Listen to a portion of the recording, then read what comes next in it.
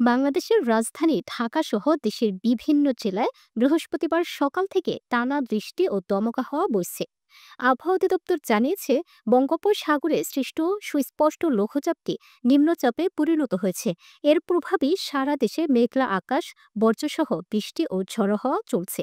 আবহাওয়াবিদ আবুল কালাম মল্লিক জানিয়েছেন, এই নিম্নচাপ সুন্দরবন উপকূল থেকে ৩৫০ কিলোমিটার দূরে অবস্থান করছে এবং এটি আরও শক্তি সঞ্চয় করে গভীর নিম্নচাপে পরিণত হতে পারে।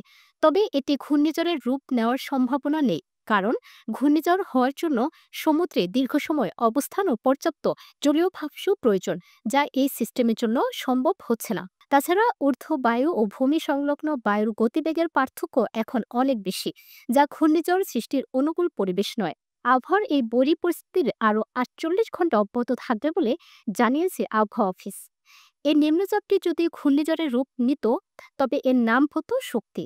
তবে এমনটা হচ্ছে না, বরং এটি ক্রমেই দুর্বল হয়ে বৃষ্টিপাত জড়িয়ে যাবে।